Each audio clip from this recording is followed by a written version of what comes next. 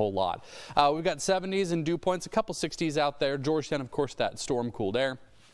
But here's what we're looking at for the rest of today. 93 degrees, thinking the high about 94 this afternoon. But you see bright sunshine. So the good news is once those early morning showers clear out, it's going to be a good day. Just if you're planning on going to that museum or any of the events today, stay hydrated. It's easy to kind of get dehydrated in this kind of weather when it's this hot and muggy because the heat index will be about 5 degrees more than that. So we're talking upper 90s is what it's going to feel like. So stay hydrated. Maybe bring yourself a fan just in case. We'll have a look at the rest of the forecast coming up here in just a little bit.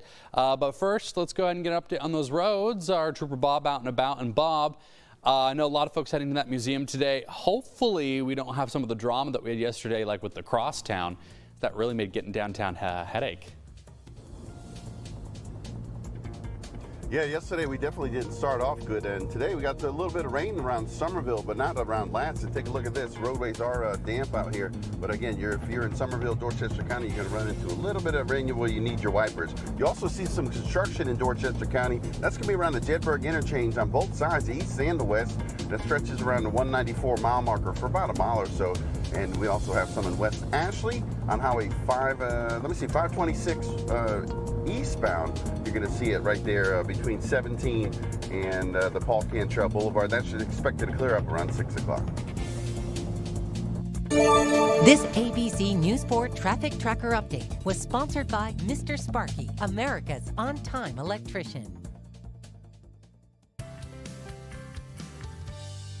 Let's take a look at the top stories that we're following this morning. It's an incredibly important day at our state's capital. The South Carolina Supreme Court will hear oral arguments this morning regarding the Fetal Heartbeat and Protection from Abortion Act. A previous version of this bill passed both chambers of state Congress before being ruled unconstitutional by the High Court. Arguments will begin on the revised version this morning at 9:30. Happening today, a member of the Biden administration will be in the Palmetto State.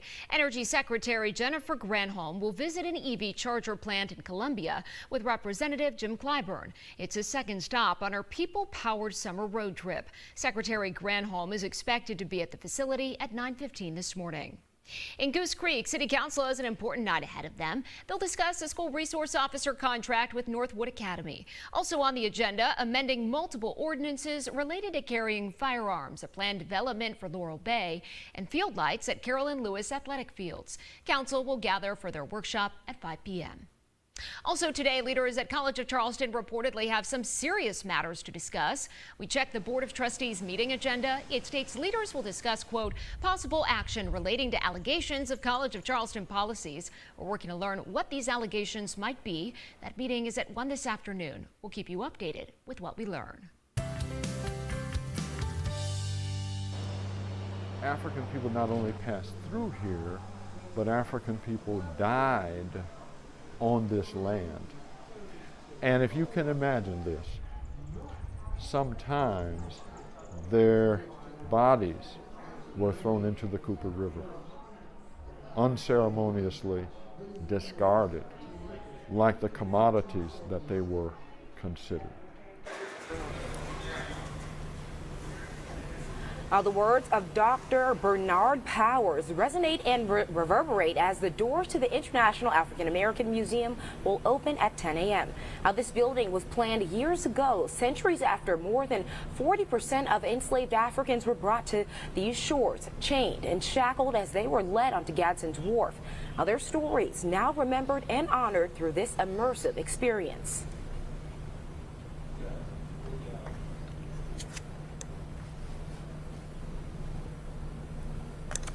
Well, good morning. I am Alyssa Holmes, and welcome to this special edition of Good Morning Charleston. This museum tells the untold stories of men, women, and children forcibly brought to America. Now, this is what you can expect from Good Morning Charleston over the next 2 hours. We will take you not inside the museum only, but also outside and show you what will happen here today. You'll hear from the people who turned this dream into a reality, including a one-on-one interview with former Charleston Mayor Joe Riley, and what moved him to make this place this final piece to this decades-long tenure as mayor.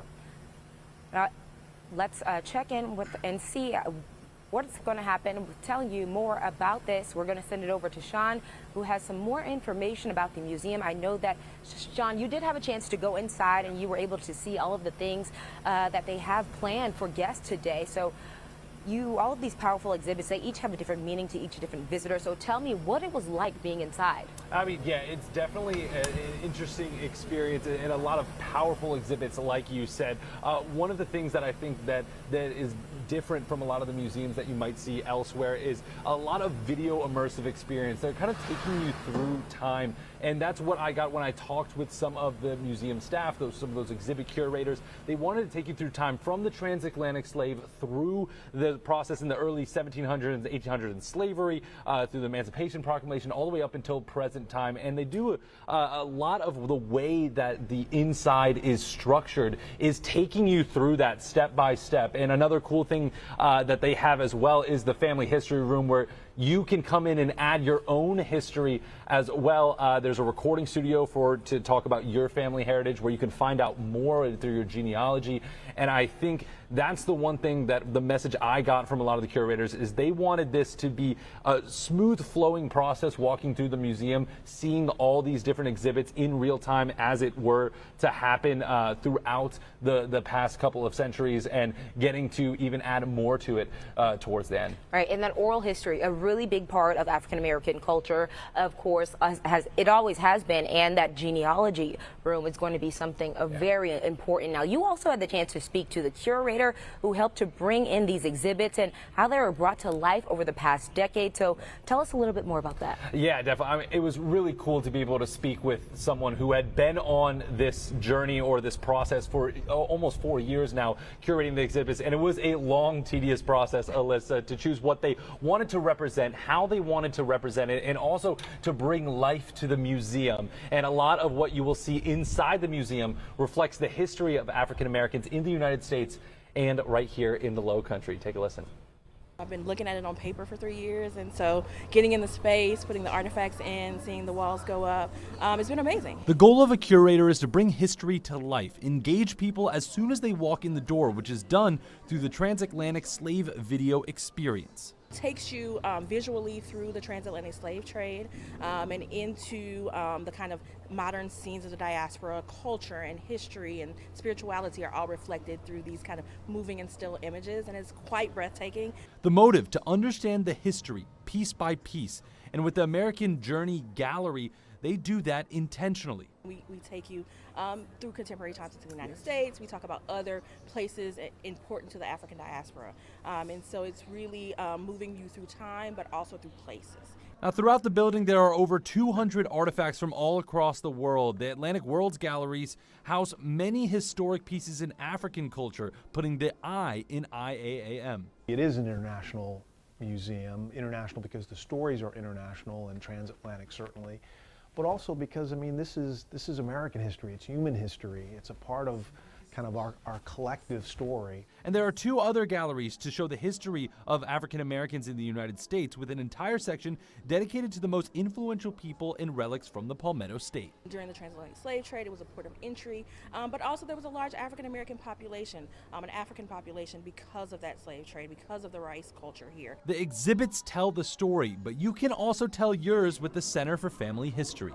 With the Center for Family History, they'll be able to identify their personal strand of that history even further. So I just think it's going to be a really powerful, transformational kind of an experience. And for many of the curators, they want these exhibits to inspire others to seek out history through all avenues in the Palmetto State. Also excited for folks to engage with our exhibitions and to want to know more, right? To go out and seek other historic sites, other heritage sites, other important sites here in South Carolina.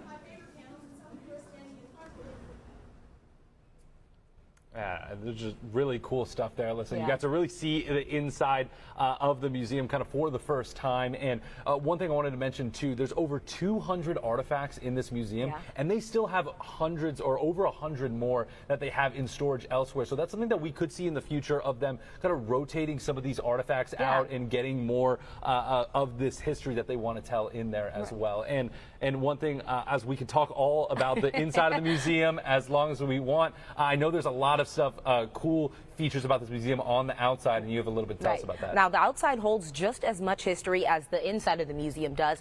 Now, this museum, it actually sits on what is known as Gadsden's Wharf, overlooking the Charleston Harbor. There was a reason that the museum was built right here. It's believed that over a 130-year period of time, more than 200,000 enslaved Africans were taken off those ships right here at Gadsden Wharf. Now, at the height of the slave trade, that number was around 100,000. An idea not lost in the way of the landscape is the setup. The paths and the placements of the flowers and benches all have a story to tell as well. Water rising and flowing in the fountain. You might see figures, you might not see figures. From the grasses growing high, from the different plants in the ethnobotanic garden, the way the light rakes across the ground, the tabby, you see tabby used like it's used throughout the Low Country. But we want those references to force people to see that we help to make this landscape. And we're part of the future of being in this landscape. And that's right. We've just heard from Walter Hood, and you're looking at the African Ancestors Memorial Garden. Walter Hood designed it to reflect the African diaspora. Now, it's always open to the public. Not only the International African Museum will it be a place of education and enrichment, it will also be a place for African Americans to trace their roots. And that includes that genealogy lab. Now, coming up on Good Morning Charleston, I will show you how that's going to work.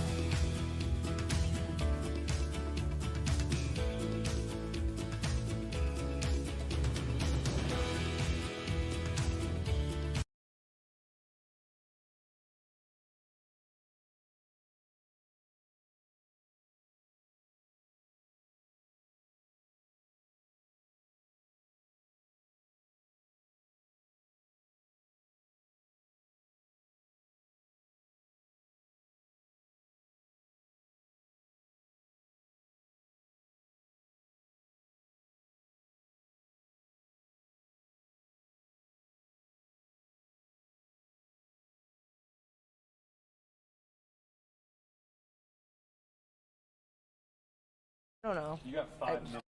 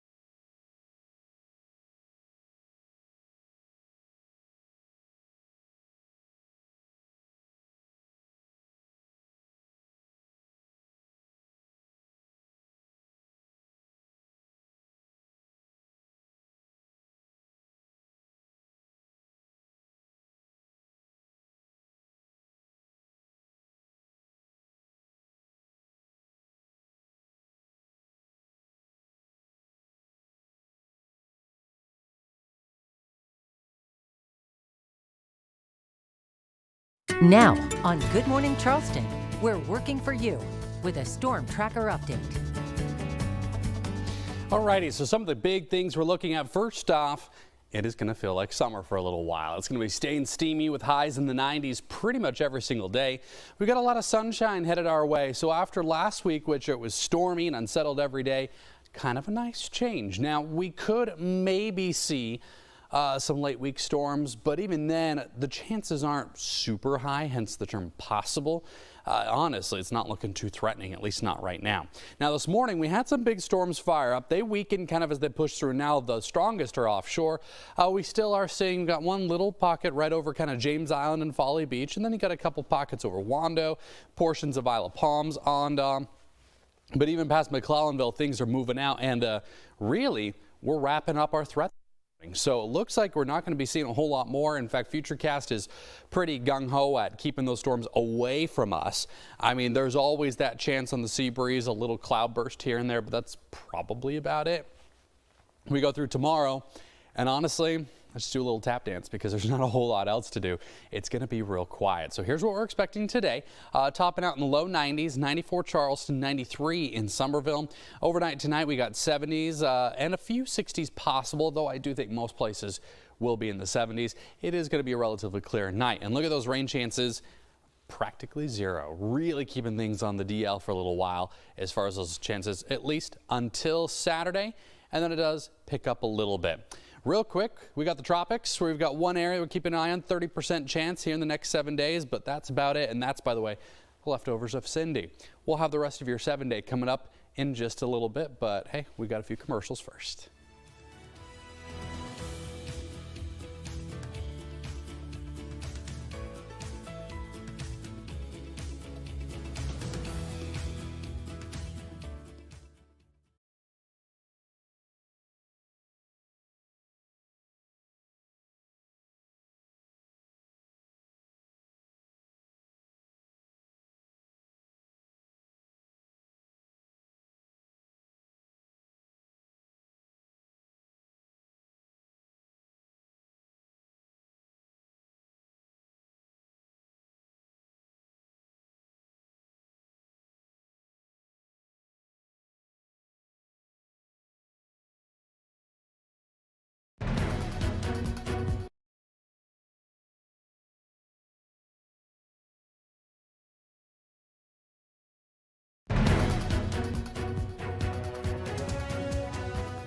Good morning, I'm Mel Orleans with your News 4 Flash Brief. The Berkeley County School Board has approved pay increases for teachers. The board voted on a projected $418 million budget for the 2023-24 school year.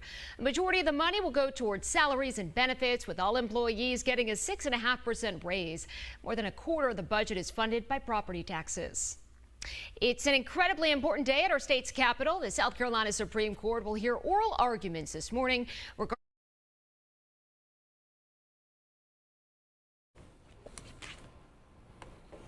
Now I can't hear anything. Me neither.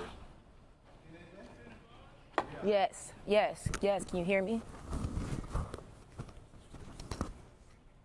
Okay.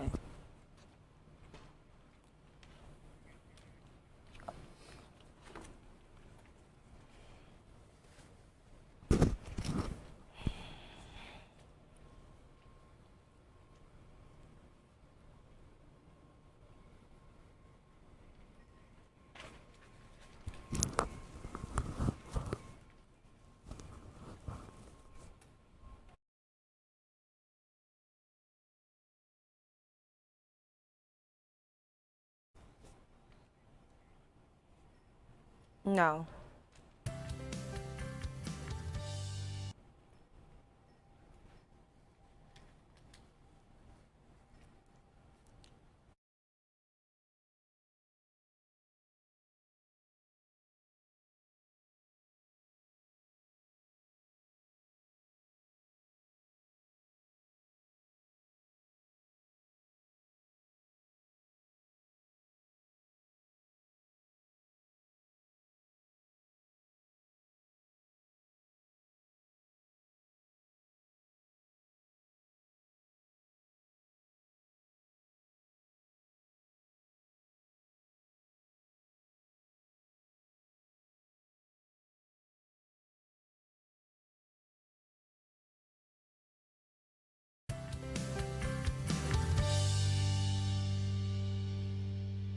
Well, welcome back. Now, you can't tell this African-American history story without the story of the Gullah Geechee people. Now, they bridge the gap of African culture with American culture with a Caribbean influence. Now, the Gullah Geechee corridor extends from the coastline of North Carolina through South Carolina all the way into Jacksonville, Florida.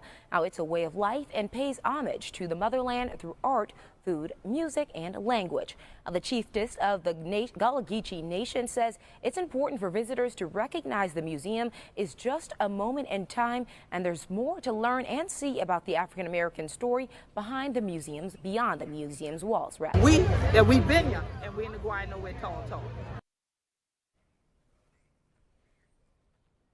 And like Queen Quet just said, she says that we have been here and we're not going anywhere. But we want to send it back over to Chris for a look at the weather.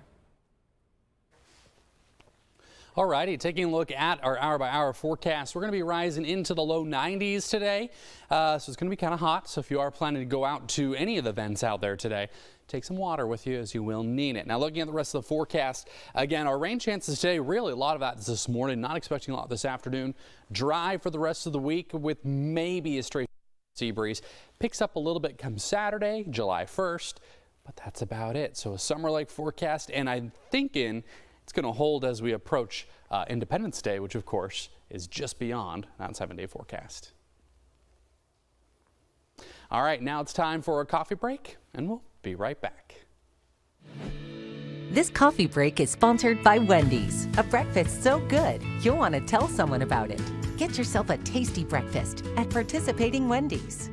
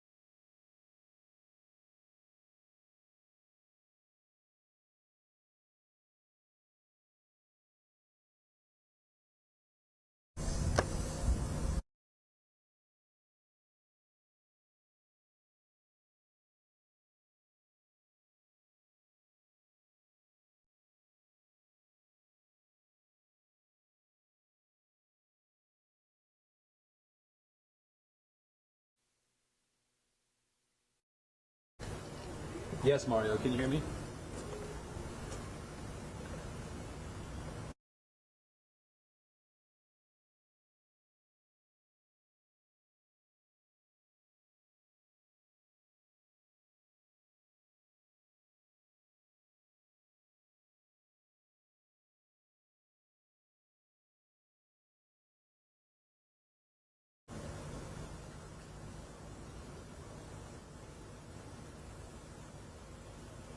Look at this rundown.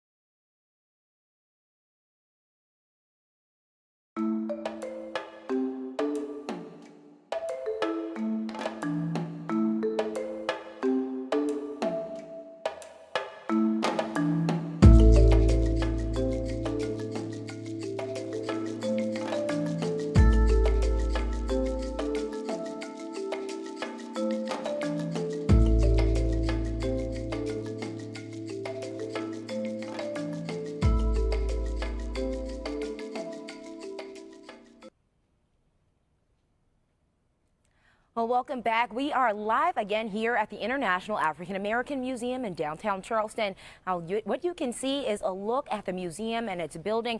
It's amazing how far this project has come. Now, it was an announcement back in January of 2000 during then Mayor Joe Riley's inaugural address.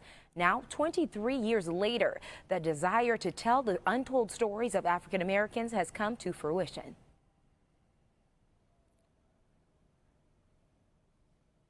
Well, good morning. I am Alyssa Holmes, and welcome back to this special edition of Good Morning Charleston. We are here celebrating the grand opening of the International African American Museum here in historical Charleston at Gadsden's Wharf. The road to get here was not easy by any means, and let's take a look at how we got where we are today. It's a very exciting time because we are presenting to the world, really, this extraordinary museum that is extraordinary in so many ways. One, the site. It was a site of Gadsden's Wharf where more enslaved Africans were brought than any other place in North America. So it's a sacred place. And then the building is lifted up in respect to the site. Paying respect to the tens of thousands of Africans brought to America. The people were brought after several weeks of torturous passage strapped to the hulls of ships and then brought to Charleston and sold as slaves to different parts of this community in this country. A country their labor helped build, and for the most part, a piece of history unheard of until now. The story of how they built our country, and the enslaved Africans went throughout our country, and their descendants made very, very powerful contributions to our country. So it's really, there's nothing like it. A dream inspired by a book.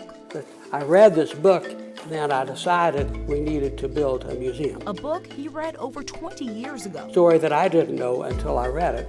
Riley is confident everyone who visits the museum will leave with something more. It's really going to be nothing like it in our country, and I think everyone who comes there will go back with something in their heart and their mind that they never had before.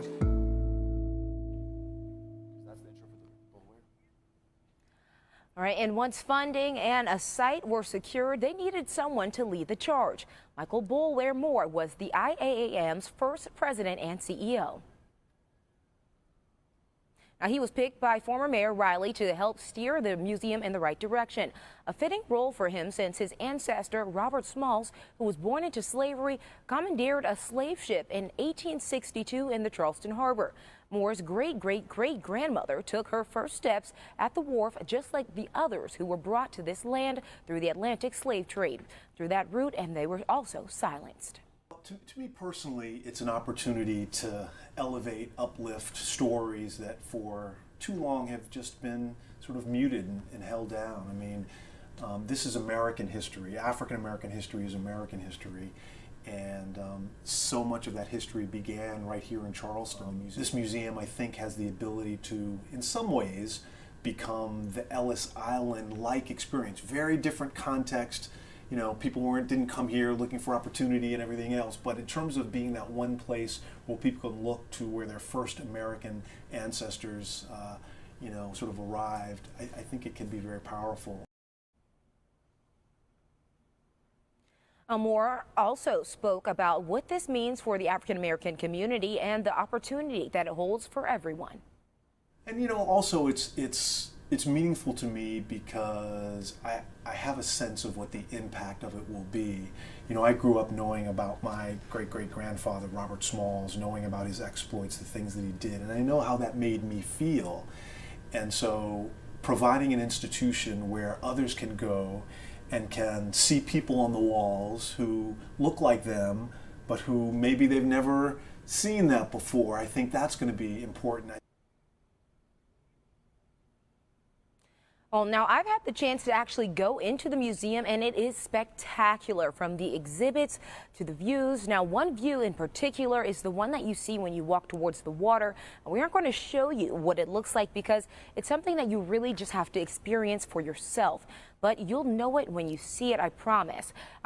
We want to show you some of the other moving parts of the outside of the museum. It's the tide water pond reflection tribute. Now, there are relief efforts in place right now, and figures that represent the men, women, and children who were forced into slavery. As the tide changes, the water covers or reveals the shapes of those people. Now let's bring in Sean Mahoney once again to talk about the design of the building itself. Now, Sean, it's no easy process to put together this building. Now, you spoke with the lead designers. Tell us what he told you about what it took to build this museum. Yeah, easy is definitely not in the vocabulary when it comes to putting together a museum here in Charleston, a museum of this stature. Now, P. Cobb, Freed and Partners were the lead designers of this building, going through every step of the process over the past few years. City Council going in front of the Board of Architectural Review in the city of Charleston, and every other step, including implementation once it got to that point. And I spoke with one of the lead designers who was one of the heads throughout that process over the past few years, and here's what he told me of what it actually took to get this building together and get this design up and running in person. So if you want to take a look at your screen, you can see some of what it took. In just the design team, there were 60 people who put the idea of what this building would look like on paper. The team spent 5 years finalizing the design through each step of the process. Like we said, City Council, Board of Architectural Reviews, multiple reviews on that point. Overall, the cost of the building was $100 million, with over 40 tons of steels used to build the foundation. Now, a majority of that was used in elevating the building. If you notice my shot, I'm standing at the museum, but you can't see it behind me. It is elevated 13 feet in the air, which the designers say was an essential part of the design to keep the sacred grounds untouched.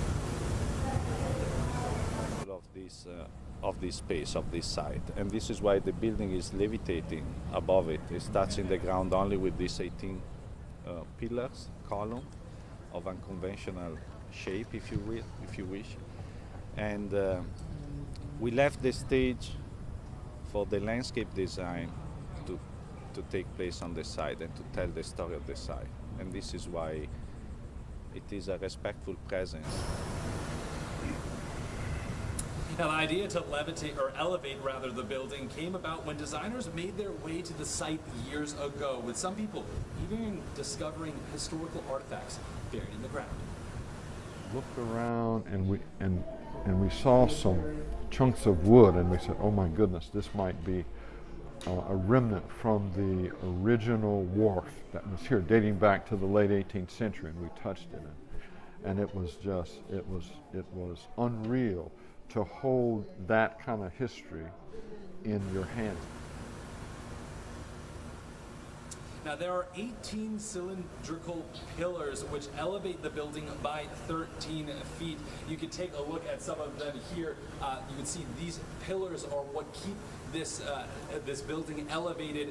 I was told there's a lot of steel that is in these pillars as well that help to solidify the foundation. There's so many other historical ties outside the building. There's palm trees in the front of the building that came from Africa, and so every little thing, even the pebbles that are in those pillars, are designed with roots in African American history and in history as well. And the biggest part of elevating this as well is keeping this open space, and a lot of this open space will be open 24/7 for the residents of the city of Charleston, allowing people to access a lot of this history all across the day. But, you know, we have so much more to talk about here at the International African American Museum throughout the day on Good Morning Charleston. But first, let's send it back to Chris Nessman in the studio with a look at your forecast at this hour. Hey, Chris. Hey, Sean, good morning to you. And you know what?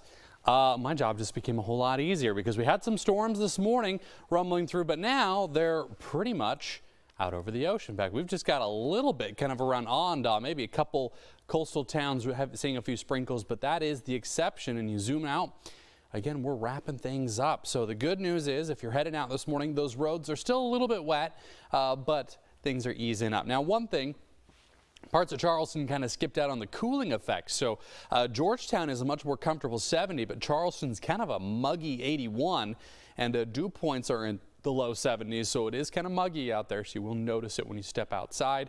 But today, it's going to feel like summer, topping out in the low 90s.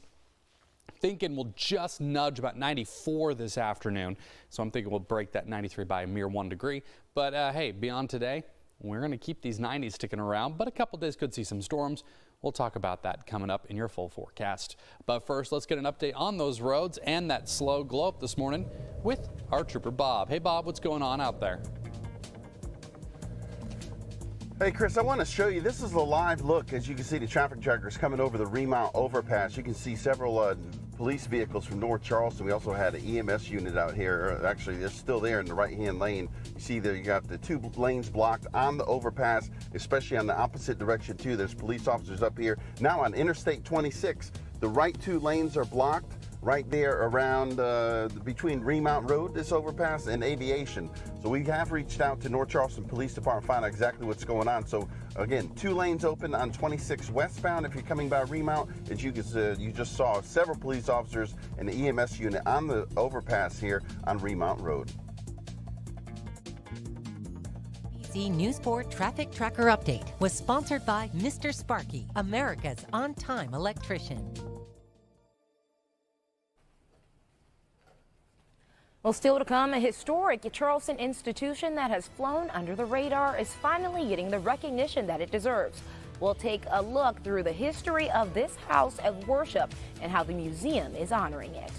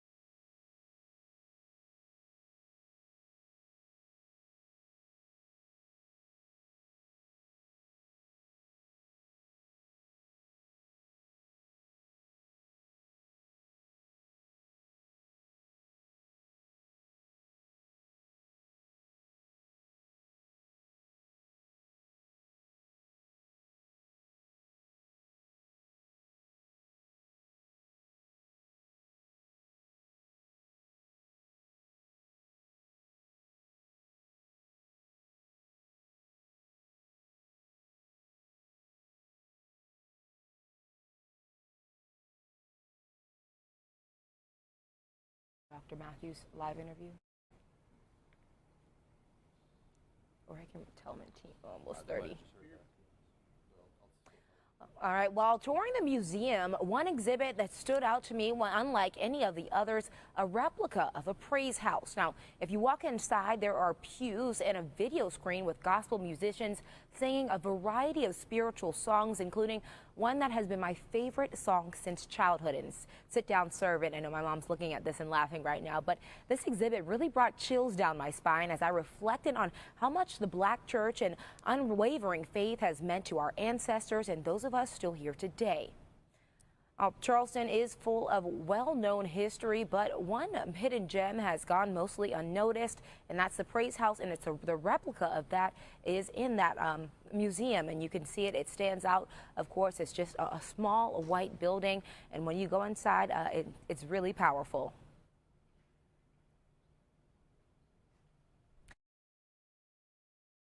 Now, on Good Morning Charleston, we're working for you with a storm tracker update. Alrighty, well, taking a look outside right now, the good news is for folks who are heading out this morning, it's really not all that stormy. Now, the one thing I'm a little disappointed in, been kind of nice to get some rain cooled air here in Charleston. We're at 81 degrees, and you can tell us and Beaufort are the outliers. Everybody else did see some rain cooled air, especially Georgetown, Williamsburg County. They got a couple folks in the upper 60s, so good running weather this morning for a few of you. But Charleston, yeah, you might sweat just a little more because it is kind of on the muggy side. But hey, yesterday was about average, 90 degrees, so it is that time of year where 90s are the norm. And making sure you stay hydrated because you're going to sweat. That becomes the norm too. So we're going to keep with the steamy pattern. Lots of sun through the middle of the week. So maybe plan on something at the pool with the kiddos, head to the beach. Possibly we could see some late week storms. This morning though, again, that rain has moved out and quite a few folks didn't get a whole lot. But Georgetown, Williamsburg County certainly did, but they too are finally clearing out as those storms are now moving offshore. Futurecast hinting that we're not going to see a whole lot for the rest of today. And honestly, just for kicks, tomorrow, also nothing. It's going to be real quiet as we go through the forecast. So keep the water bottle handy. You will want it. 94 degrees for a high today, Moncks Corner in Charleston, 93 Somerville, even Isle of Palms just nudging 90. Again, that beach is really going to be calling quite nicely today. Upper 60s, low 70s for the overnight lows. And taking a look at our rain chances, they're not bouncing around a whole lot. They do pick up a little bit come Saturday, but that's about it. So that's the work week. We're going to show you the rest of the 7-day and take a quick peek at the tropics. There's one area we're watching. All the details coming up. But first, let's check those drive times. Again, Trooper Bob has been investigating a couple things this morning, but at least the drive times are not bad yet. Those major thoroughfares doing A-OK. This ABC Newsport Traffic Tracker Update was sponsored by Mr. Sparky, America's on-time electrician. Well, as we celebrate the museum teaching all its visitors about African American history, we're taking a look at how one woman is fighting to preserve that history's future. Coming up, the ongoing effort to pass this important torch on to the next generation.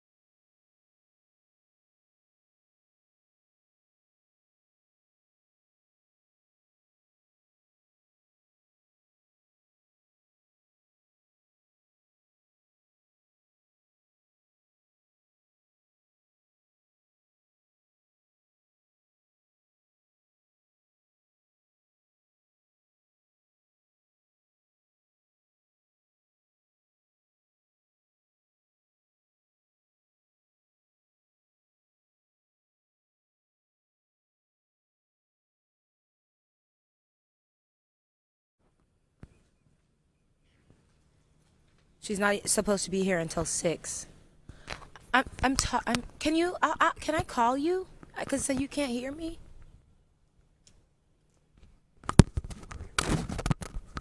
Yeah, she's not supposed to be here till 6. She's not here yet.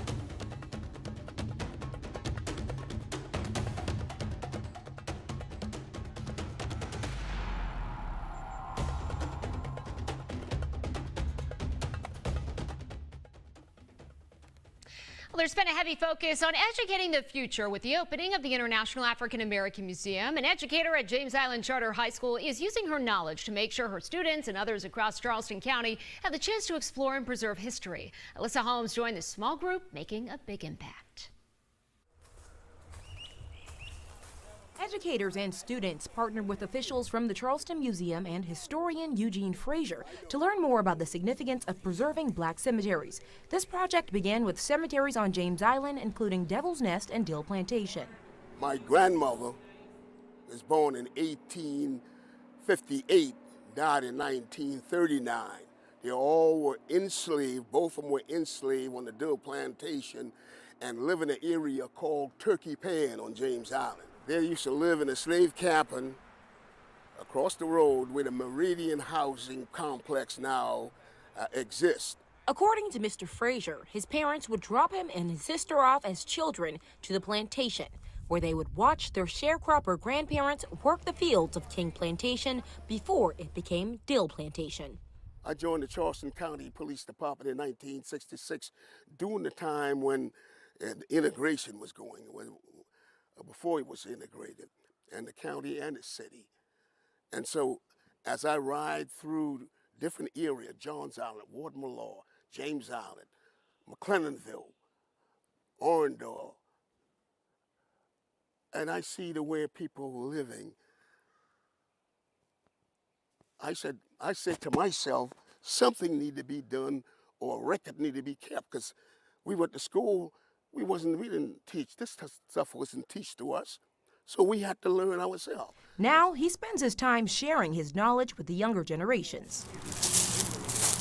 Michelle Johnson has made it her mission to keep the spirit of preservation alive. One of the things that I wanted to do was make sure that my students, especially them being Gullah Geechee descendants and James Islanders, to know that these places are here. Johnson is the advisor for UBASA, a group that helps young black students explore the history of their ancestors. She teaches them traditional practices of their ancestors through cemetery preservation. In the Gullah Geechee culture, they will put what they think could be the person's favorite drink there. So you might see an old Coca-Cola can from the 1980s. That's not trash. Through most of us, we see it, we assume, to do the right thing and pick it up and throw it away. But that could have been left there intentionally for the loved one. And the students involved are soaking up the knowledge, ready to share what they're learning with the world. There are like thousands of bodies here that probably have gone unknown, and now they're found, and knowing that we're able to give the families a sense of comfort. While this may have been her first project, she says it will not be her last. I do believe that we are the next generation. We have to continue telling our history, especially with our people, And I also think that by preserving history, we're able to just find out who we're connected to. One of the things that I would share with my students, you know, we have to put it in perspective in terms of African American culture, Gullah Geechee culture, black bodies, and wanting rest after death. There's just a proper way to do things. Alyssa Holmes, News 4. They're both at the museum right now. Michelle Johnson has recently won multiple awards and grants, including the first prize worth $2,000 in the Gullah Geechee Cultural Heritage Corridor's Black History Month competition. Here's your ABC4 Storm Tracker certified most accurate weather forecast. All righty, so we got one area, leftovers of Cindy, has a 30% chance of development in the next 7 days. Not too concerned about it for us. I do know folks up towards New England and Nova Scotia, though, are keeping an eye on it. But here's our extended forecast. So again, rain chances pretty minimal for the next few days, feeling like summer. Picks up a little bit on Saturday, but even then, that'll be just a few afternoon sea breeze storms. Much of the day should be pretty nice.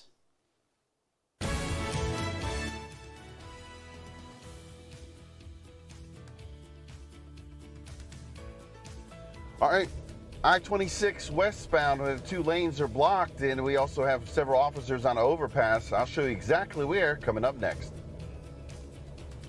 At 6, after 2 years of hard work, Dr. Tanya Matthews can take a deep breath as the International African American Museum opens its doors. Up next, we're going to hear from the museum's leader on the arrival of this long-awaited day. Don't go away. Our continuing coverage after the break.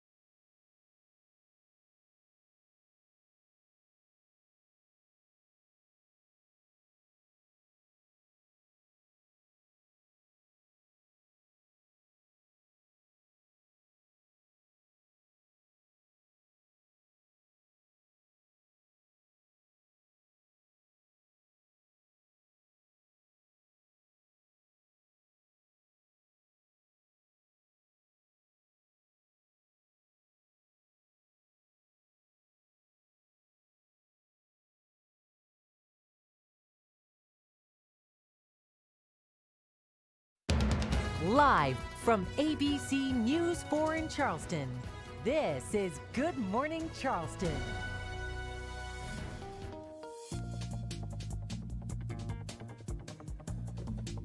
All right, let me show you a live look at Remount Road. This is the overpass here. Several police officers have been on this overpass for over like the last 45 minutes from North Charleston PD. They also have an EMS unit up here. As you can see, a total of 3 lanes are blocked. So if you are coming up here, please be careful. Watch out for the officers. Also, this is tied into what's going on I-26 westbound. Once you get to the Remount overpass, the right 2 lanes are blocked. Police have that blocked, and so the only left 2 lanes are open. We have reached out to North Charleston PD to find out exactly what's going on here, and we'll get back to you as soon as we get some information from them. Also got some roadway construction going on. Jedburgh 194 mile marker. That's expected to clear in the next 10 minutes or so. You're going to find that on the east and westbound sides of 26. This ABC Newsport Traffic Tracker Update was sponsored by Mr. Sparky, America's on-time electrician. Alrighty, well, I'll tell you what, we are waking up to a beautiful sunrise. This is from our Islander camera right now, looking lovely. And you kind of saw that too from Trooper Bob's point of view. It is that golden hour in the morning right now. Now, temperatures are very mild. Now, we did have some showers, so some folks certainly a little bit milder than others. 79 currently in Charleston. The heaviest rain really was through Georgetown and Williamsburg County, but again, it's all moved out over the open ocean. So from Georgetown, probably seen some lightning off in the distance, but honestly, for the rest of us, it's kind of things are starting to quiet down. Overall, again, not too bad this morning, but you can tell who got the rain and who didn't. Beaufort and Charleston significantly warmer than everybody else. Dew points generally around the low 70s, give or take a little bit. 68-degree dew point in Georgetown. But here you go. Hour by hour, we're going to warm up fast today, nudging about 93. Think we'll hit 94, even if it's just briefly this afternoon. And it's going to be a nice summer day. But your extended forecast, well, we do see those rain chances kick back in a little bit. We'll talk about the timing of that and take a look at the tropics coming up. All right, let's take a look at the top stories we're following this morning. It's an incredibly important day at our state's capital. The South Carolina Supreme Court will hear oral arguments this morning regarding the Fetal Heartbeat and Protection from Abortion Act. A previous version of this bill passed both chambers of state Congress before being ruled unconstitutional by the High Court. Arguments will begin on the revised version this morning at 9:30. Happening today, a member of the Biden administration will be in the Palmetto State. Energy Secretary Jennifer Granholm will visit an EV charger plant in Columbia with Representative Jim Clyburn. It's a second stop on her people-powered summer road trip. Secretary Granholm is expected to be at the facility at 9:15 this morning. In Goose Creek, City Council has an important night ahead of them. They'll discuss a school resource officer contract with Northwood Academy. Also on the agenda, amending multiple ordinances related to carrying firearms, a planned development for Laurel Bay, and field lights at Carolyn Lewis Athletic Fields. Council will gather for their workshop at 5 p.m. Also today, leaders at College of Charleston reportedly have some serious matters to discuss. We checked the Board of Trustees meeting agenda. It states leaders will discuss, quote, possible action relating to allegations of College of Charleston policies. We're working to learn what these allegations might be. That meeting is at 1 this afternoon. We'll keep you updated with what we learn.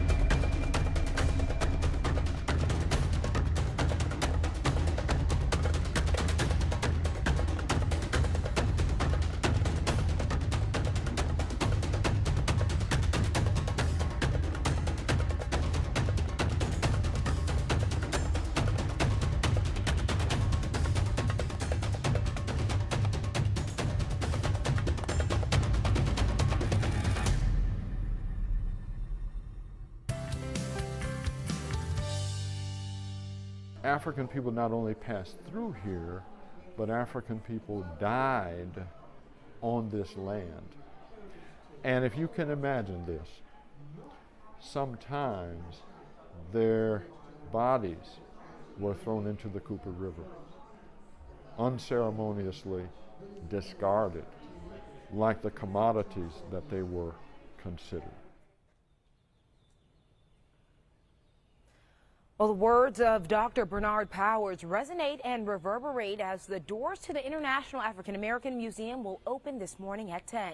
This building was planned years ago, centuries after more than 40% of enslaved Africans were brought to these shores, chained and shackled as they were led into Gadsden's Wharf.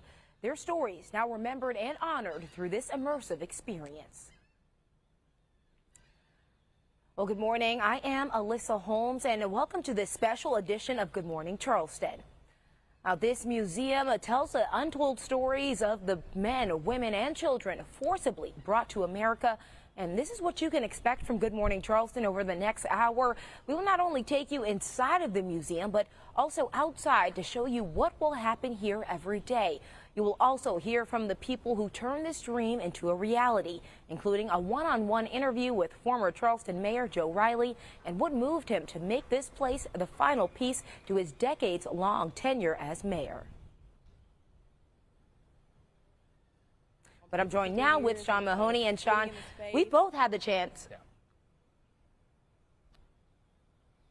to go inside of the museum. That's right. And today's the big opening, and there were a lot of powerful exhibits. Each one of them will resonate with visitors in a different way. There's so many different ways to connect with that history here. So what was it like for you when you first went through the museum? Because you went through before I did. Yeah, I know. I got to see it about a month ago, still when they were kind of finalizing a lot of what was happening in the museum, and just seeing a lot of the exhibits, it really comes to life because they use different strategies, right? Like museums, a lot of them might be focusing on the artifacts that they have or the information that they might have in the exhibits, but there's a lot of different methods that the IAM uses, like video experiences. Right. One of the first things when you walk in is seeing those 6-screen video immersive experience of the transatlantic slave period, giving you a lot of history and information there. And the time period is crucial too, right? Because they take you through different areas of the museum through time. So you start with the transatlantic slave, you even have before then the roots in Africa, and then coming throughout the slavery time period here to the Emancipation Proclamation and into modern times, right, with even some things talking about as soon as like the Black Lives Matter movement that happening over the past few years. So it really kind of takes a history and is strategically placed to do so. And I think that's one thing that's going to be really interesting, and as well as moving it forward in history with the history room, or the genealogy aspects that they have to that, where you can go in and tell your own story of your own genealogy as well. Yeah, it's the Center for Family Preservation, or Historic Preservation for Families. I know you also had a chance to speak to the curator who helped to bring in all of the exhibits that they have in the museum and how they were really brought to life over the past decade. Yeah, I mean, the decade is the short end of it, right? It's like a 23-year process, but it was a tedious, long process, especially in these last few years when you're starting to think about some of those exhibits and artifacts that they had to choosing what they wanted to represent, how they wanted to represent that history, and also bring life to the museum. And a lot of what you will see inside the museum reflects the history of African Americans in the United States and right here in the Low Country. Here's a first look. I've been looking at it on paper for 3 years, and so getting in the space, putting the artifacts in, seeing the walls go up, it's been amazing. The goal of a curator is to bring history to life, engage people as soon as they walk in the door, which is done through the transatlantic slave video experience. Takes you visually through the transatlantic slave trade and into the kind of modern scenes of the diaspora. Culture and history and spirituality are all reflected through these kind of moving and still images, and it's quite breathtaking. The motive: to understand the history piece by piece, and with the American Journey Gallery, they do that intentionally. We take you through contemporary times in the United States. We talk about other places important to the African diaspora. And so it's really moving you through time, but also through places.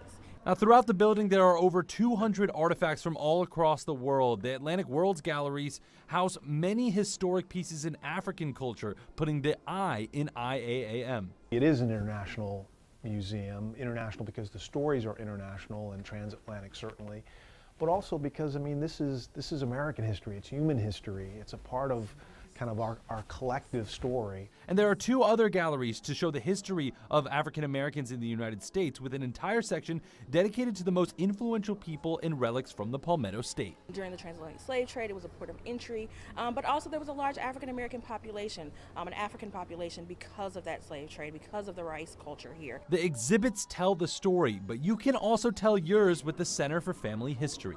With the Center for Family History, they'll be able to identify their personal strand of that history even further. So I just think it's going to be a really powerful, transformational kind of an experience. And for many of the curators, they want these exhibits to inspire others to seek out history through all avenues in the Palmetto State. Also excited for folks to engage with our exhibitions and to want to know more, right? To go out and seek other historic sites, other heritage sites, other important sites here in South Carolina.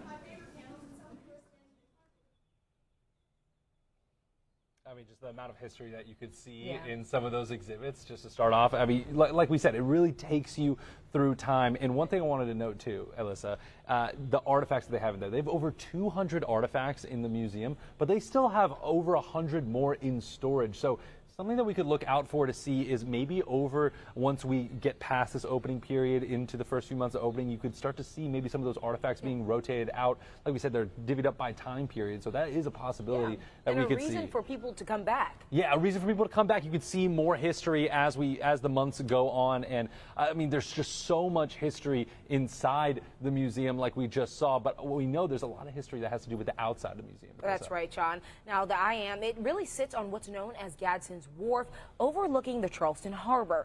Now, there was a reason that the museum was built right here. It's believed that over a 130-year period, more than 200,000 enslaved Africans were taken off of those ships right here at Gadsden's Wharf. At the height of the slave trade, that number was around 100,000.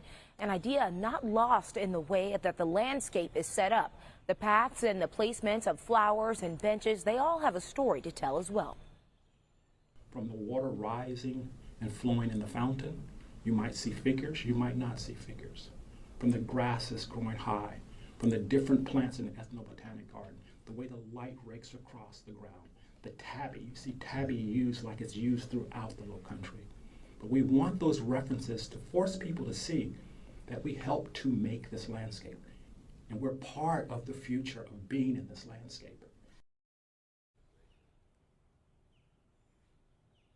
All right, and you're taking a look right now at the African Ancestors Memorial Garden.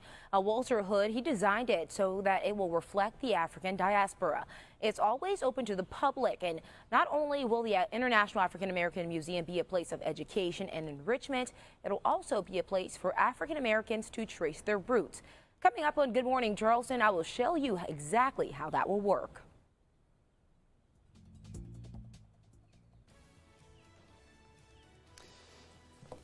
Alrighty, well, we are going to be looking at a fairly pleasant forecast. Let me give you something to look at, because storms are starting to move out. We'll have the details coming up in just a little bit. But first, Ralph Yarl, the Kansas City teen who was shot after mistakenly going to the wrong home to pick up his brothers, is speaking this morning exclusively with ABC News. ABC's Andrew Dimbert has the details in today's GMA First Look.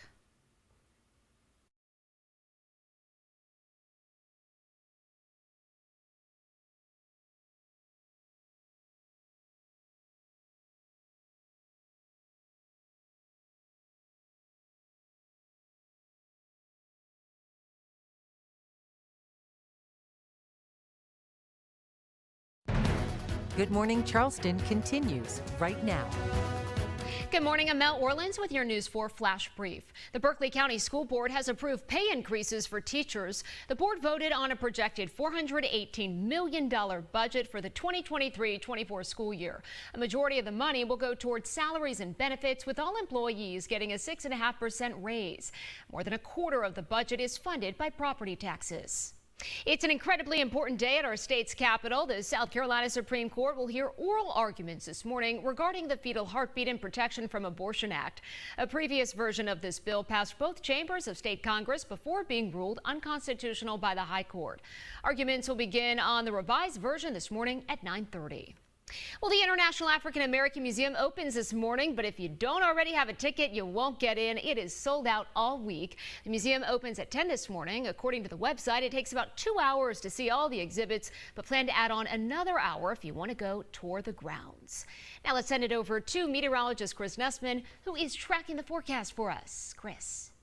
Hey, good morning, Mel, and good morning to you folks at home. So today we had a few early morning showers, especially to northern counties for our area. But hey, this afternoon it's going to be bright sunshine. Even the sea breeze not going to be kicking up a whole lot. Temperatures topping out. I'm going with 94 for the high in Charleston.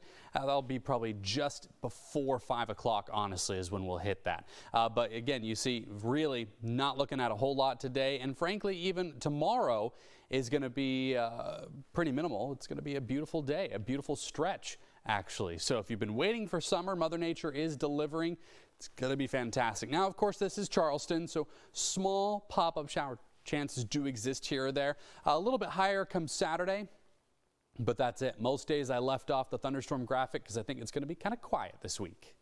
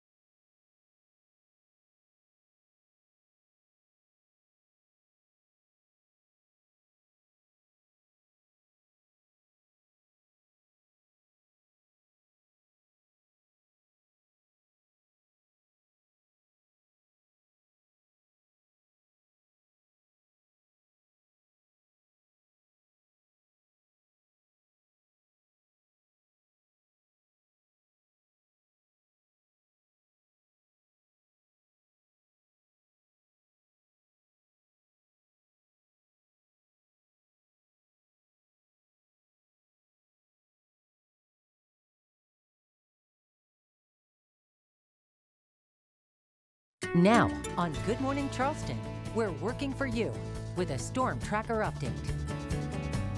Alrighty, well, Edisto sure does look lovely this morning. I've seen a few folks taking some morning beach walks, but really it's quite nice right now. Temperatures, though, very mild, especially in places like Charleston that frankly didn't get a whole lot from this morning's rain. We had some big storms push through, but that's moved out. It's going to be steamy today. Temperatures in the 90s. It will feel like the upper 90s, of course, because that's always usually what we focus here in the southeast. We got lots of sunshine throughout much of the week. There could be maybe by early weekend a storm or two, but not expecting a lot. And again, what we had overnight, more so Berkeley County, Williamsburg, and Georgetown counties, that has cleared off. In fact, really, one little sprinkle about 30 miles or so off the coast of McClellanville. That's it. So things are fairly quiet at the moment. Now, Futurecast shows that we're going to stay quiet for much of today. In fact, even as we go into tomorrow, it's going to be fairly quiet. Wednesday looking just as unimpressive as this afternoon. So I wouldn't worry about that umbrella, though maybe you want it just for some shade. It's going to be kind of hot. 90s, 89 for a high Folly Beach. Overnight tonight, we've got some 70s, upper 60s for lows. And again, those rain chances, they drop off and they stay pretty low for a few days. So that's what we got going on now. We'll show you the rest of the full forecast coming up here in just a little bit. But first, let's get an update on those drive times. Again, we got that incident 26 kind of in North Charleston near Remount Road, blocking some of the lanes. But it's early enough we're not seeing the backups in Somerville downtown yet. We'll, of course, keep you updated and let you know how it looks as we get closer to rush hour. This ABC News 4 Traffic Tracker Update was sponsored by Mr. Sparky, America's on-time electrician.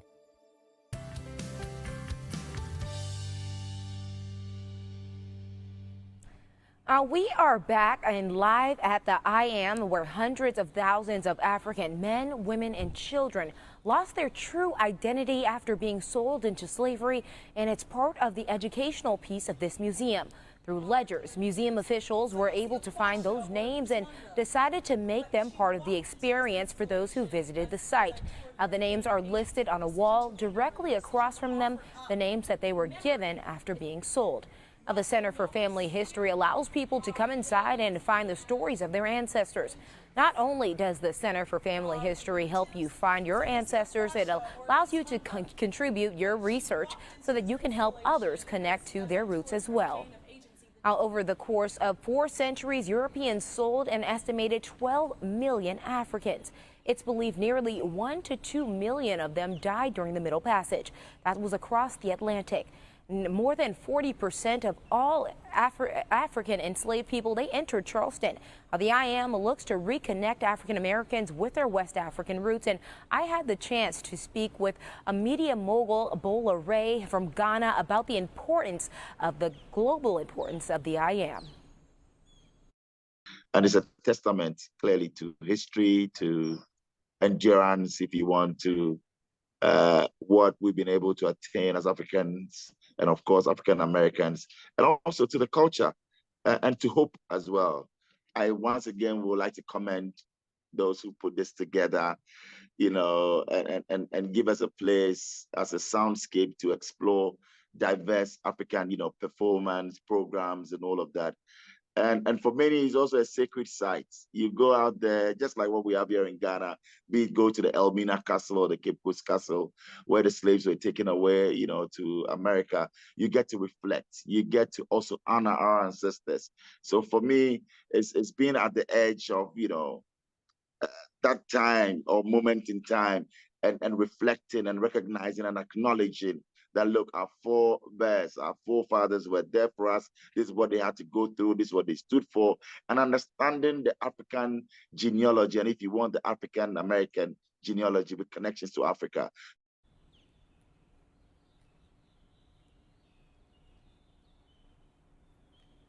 And then again, that was Bola Ray, a media mogul, a well-known person there in Ghana. And we definitely want to talk about that genealogy aspect that they have as a part of the museum.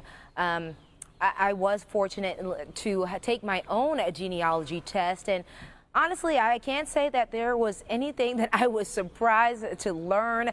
Once I got the results there, you can see basically half my DNA is Nigerian, half of it is Ghanaian, which is why I was led to Ghana and led to live there and study there and connect there, and especially connect with Bola Ray, who was able to give me a lot of opportunities while I was there. But again, that's me being a native Charleston. That connection to Africa is just so close that nothing about that test really surprised me, that I was basically 100% West African. Yeah, Alyssa, I was just looking at your results. You can't tell the story. Yeah. I was just looking at your results there, and go ahead. you kind of represent somebody who learned about where they're from and really wanted to gain knowledge about it. And what have you learned from this whole process, and why do you think it's so important that other people do the same as you have? It gives you a bigger sense of home. Like, Charleston is home for me, but once I went to Ghana, everything about Ghana was also home. From the food to the climate, the atmosphere, the people being so friendly, it kind of just broadened my sense of home and my sense of identity, which so many people here in America have lost because they don't have ties and they don't have that connections to where their ancestors may be from. So I think it's just a life-changing experience for anyone who's able to trace their roots, and not only trace it, but take it a step farther and actually visit the place where their ancestors were born and were taken from. And like he said, that Elmina Castle, it has the door of no return, one of the largest slave ports where they left Africa and came to the United States. And that's something that's also really emotional, just kind of similar to, you know, this site here where they arrived. Some people even just arriving from that port to here. So just me being able to go to both locations is just a powerful connection of both. Yeah, certainly so. And one more question. So people who go to the museum, if they have no idea about their background, they'll be able to get a little bit of information, or at least start to learn their journey at the museum, correct? Absolutely, absolutely. The genealogy specialist here at the museum said, you know, just come with as much information that you have. Maybe your great-grandmother's name, your great-grandfather's name, even if you can go to your great-great-grandfather's name and great-great-grandmother's and their place of birth. They will help put you on the right path to find exactly where to look for on those freedmen's bureaus or on those records that people may think have been lost, but they are actually there because, you know, in those days, slaves were property, and there are property records that you can look to find those people who may be your ancestors. Definitely going to be such an important resource for folks who are going to be visiting the museum. Melissa, thank you. And make sure you stay with us. There's so much more to come from the International African American Museum this morning. An integral part of the museum's story, Gullah Geechee history. Coming up, we'll learn about this bridge between cultures and hear from the woman at the center of it all about her thoughts on this historic institution.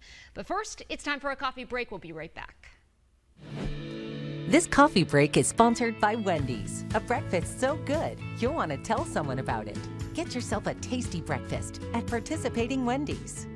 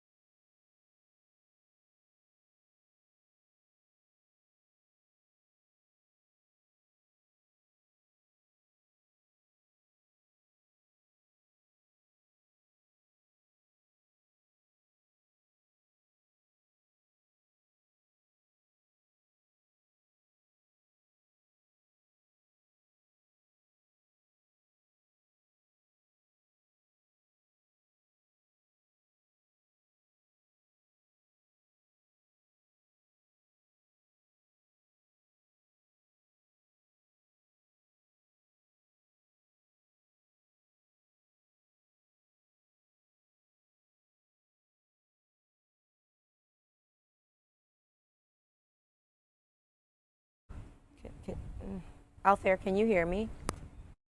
You?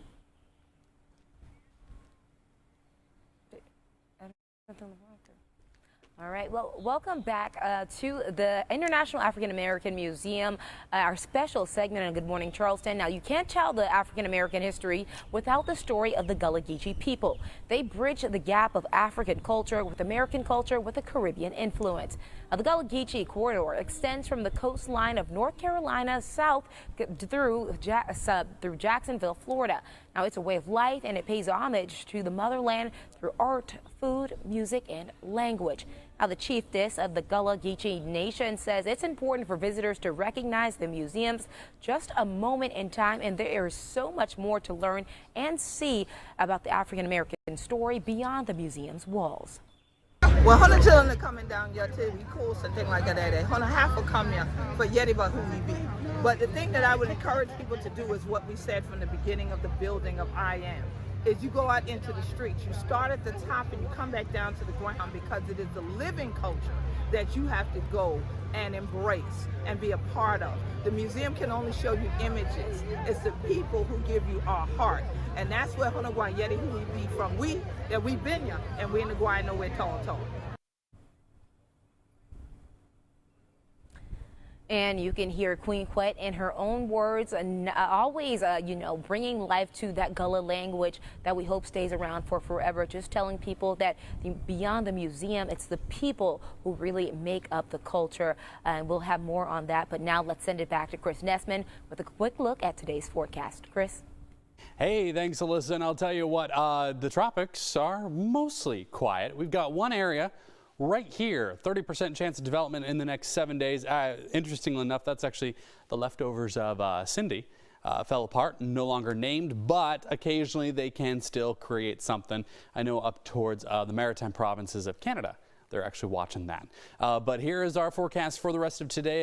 Sunshine after those morning clouds and showers cleared out.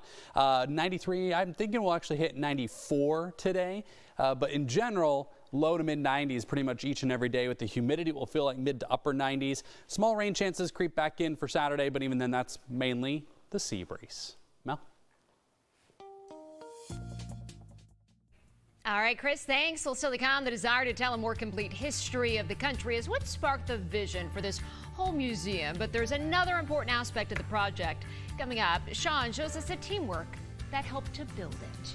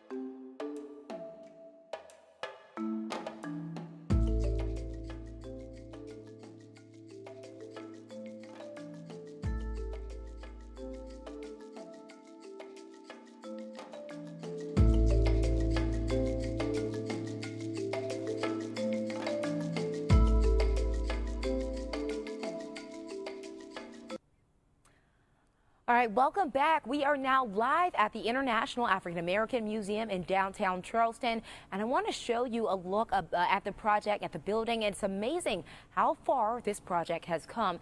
It was an announcement back in January of 2000 during then Mayor Joe Riley's inaugural address. Now, 23 years later, that desire to tell the untold stories of African Americans has come to fruition.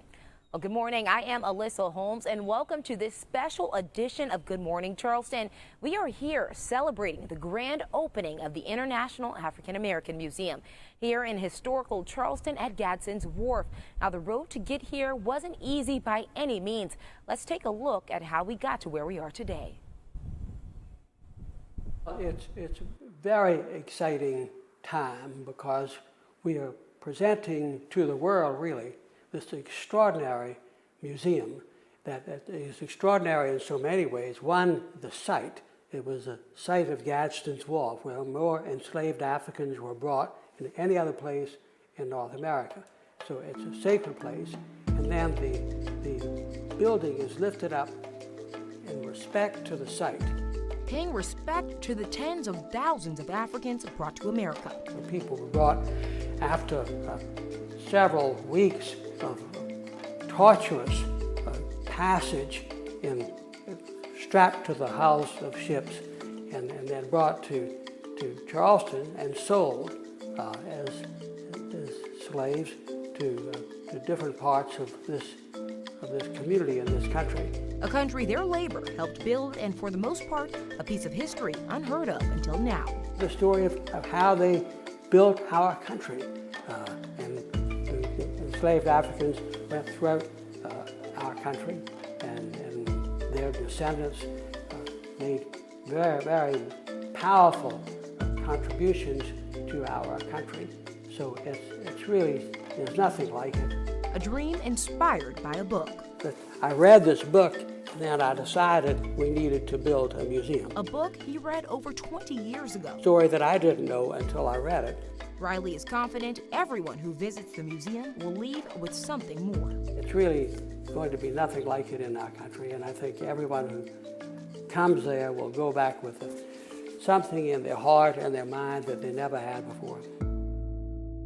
Who I used to make most of it. Mayor Joe Riley got the ball rolling when he announced his desire to tell the untold stories of the enslaved whose blood, sweat, and tears helped build this great nation. Then in 2016, Michael Bulwer Moore was named IAAM's first president and CEO. Moore is the descendant of storied Charleston slave Robert Smalls, who commandeered a Confederate ship off the Charleston harbor. Nearly 3 years as the museum's lead, Moore stepped down and was replaced by interim president Dr. Bernard Powers, the founder and director of the Center of the Study of Slavery in Charleston. It was finally time to get to the manual labor. A groundbreaking ceremony took place in October of 2019.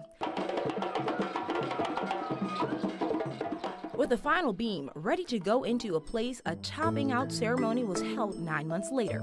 Then in March of 2021, Dr. Tanya Matthews was selected to lead the IAAM into the final stages of construction. Construction and completion was met with a series of delays. Some were pandemic related. Another had to do with moisture and temperature controls. Then this year, the light at the end of the tunnel. With all the final pieces in place, the IAAM is finally opening for the entire world to see.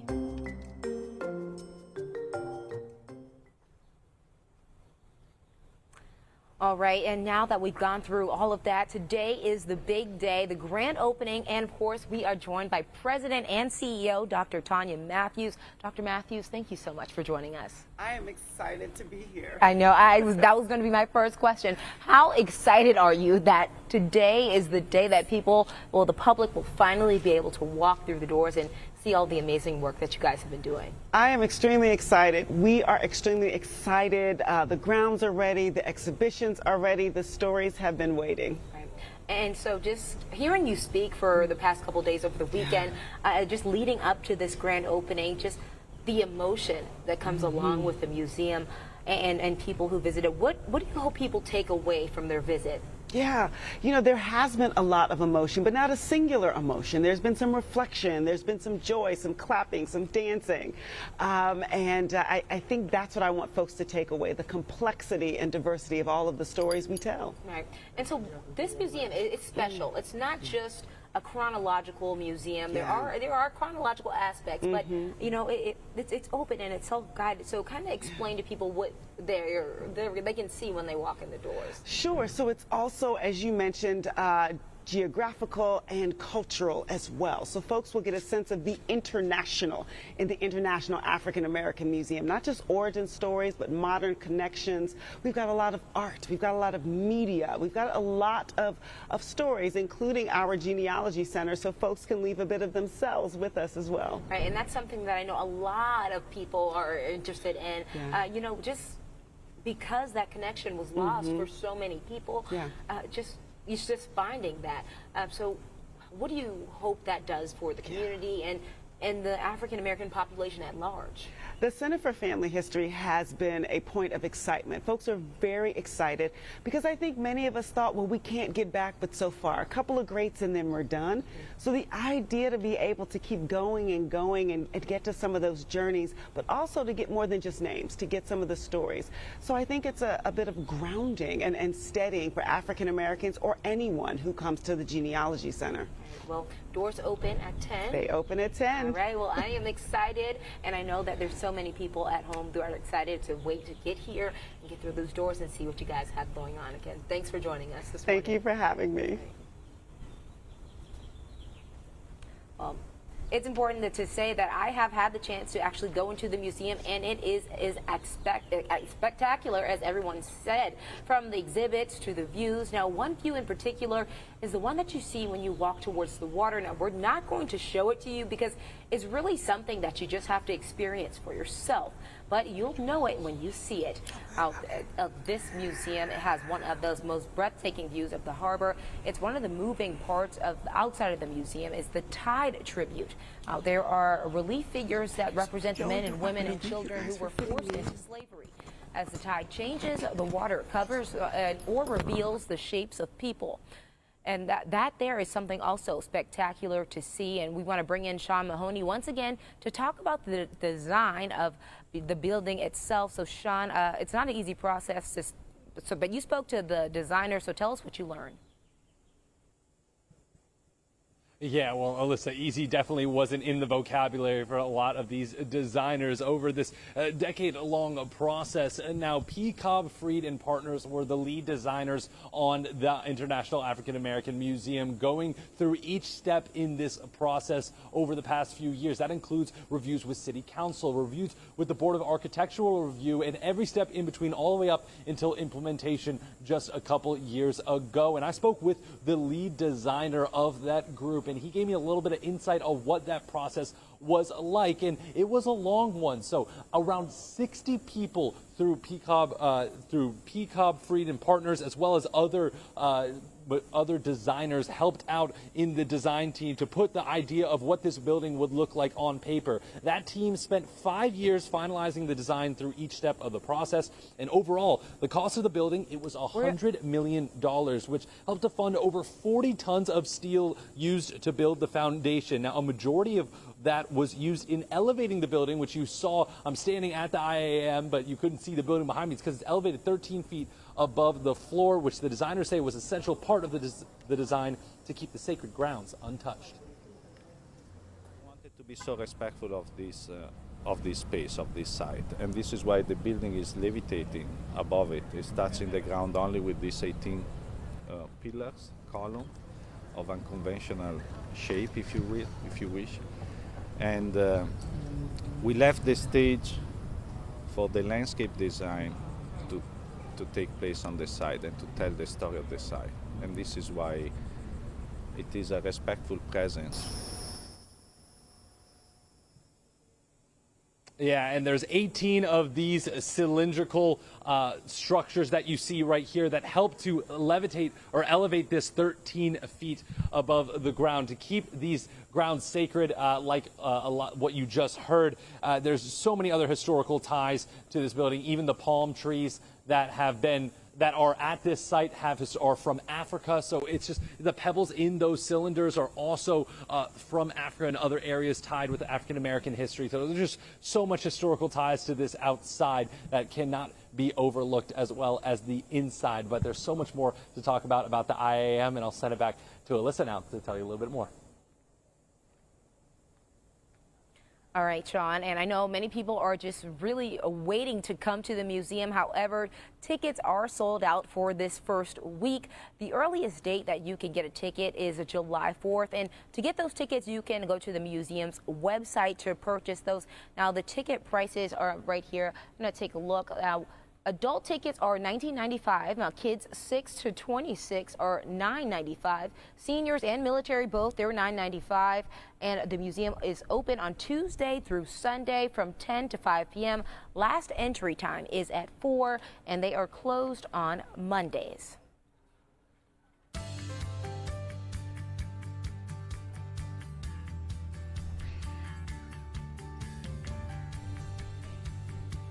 Well, still to come, a historic Charleston institution that's flown under the radar, finally getting the recognition it deserves. Tessa Spencer takes us through the history of this house of worship and how the museum is honoring it.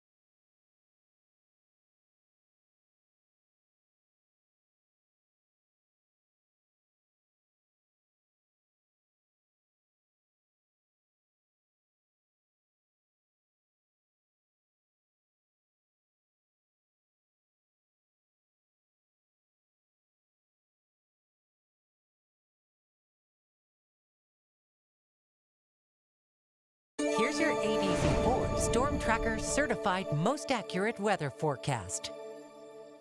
All righty, well, waking up with a gorgeous sunrise from our Isle of Palms camera, looking beautiful. Temperatures pretty mild, upper 70s for Charleston. Most other places are in the lower 70s. 70 in Georgetown, the cool spot right now. But still, we're going to be looking at a fairly summer-like day, topping out in the low to mid 90s, thinking the high about 93, maybe 94. But your extended forecast, we keep the heat around. We'll talk about that coming up here in just a bit. Stay tuned for more Good Morning Charleston.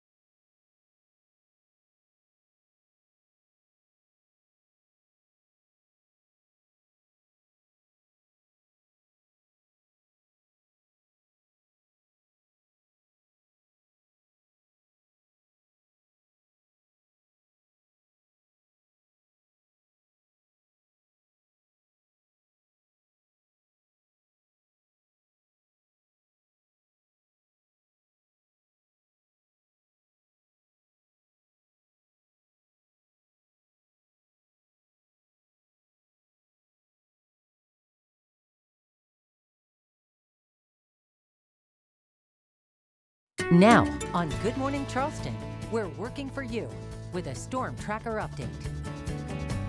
Alrighty, so again, waking up, beautiful blue skies this morning. We had some big thunderstorms early this morning, especially in Georgetown and Williamsburg County. Briefly, there was a severe thunderstorm warning. That's all moved out, and honestly, now things are looking great. 79 degrees. You can see the storms have moved offshore. In fact, even the sprinkles have moved offshore. So we're pretty much done with that. But today is going to be a hot one, topping out about 94 degrees across the metro. Even Isle of Palms hitting 90. I'd say that beach is calling today. It's going to be very, very nice. Overnight tonight, mostly clear skies, 70s, perhaps a 60 or two popping up for some inland locations. I think most folks, though, will stay in the 70s. But hey, rain chances, they're going the way of horse and carriage, at least for a couple of days. Not really expecting a whole lot at all. Picks up a little Saturday. you know, there's always nostalgia, but still not looking too shabby. All right, the tropics, we've got one area that we're keeping an eye on right there, 30% chance. These are actually the leftovers of Cindy. Not a threat to us, but I know up in the maritime provinces of Canada, they're keeping an eye on it. But here is our 7-day forecast. So we're keeping low rain chances, temperatures in the not a lot of variation until we get to July, which even then, only a little bit of an increase in rain chances on Saturday. Let's go ahead and get up to those roads with Trooper Bob. Hey, Bob. Hey, Chris, I got some good news. They cleared up that incident North Charleston was handling right around Remount. The right 2 lanes are now open, so 26 westbound, no delays getting to Somerville. Eastbound side, a little bit of slowdown right there around University that you normally see. Looks good around the 526 interchange, and they wrapped up that construction zone around Jetburg. All right, make sure you buckle up. Don't be ejected from life. Make it a good Tuesday. Send it back to you guys. All right, and those drive times are starting to pick up as we approach rush hour, but still not looking too bad, at least not yet. This ABC News 4 Traffic Tracker Update was sponsored by Mr. Sparky, America's on-time electrician.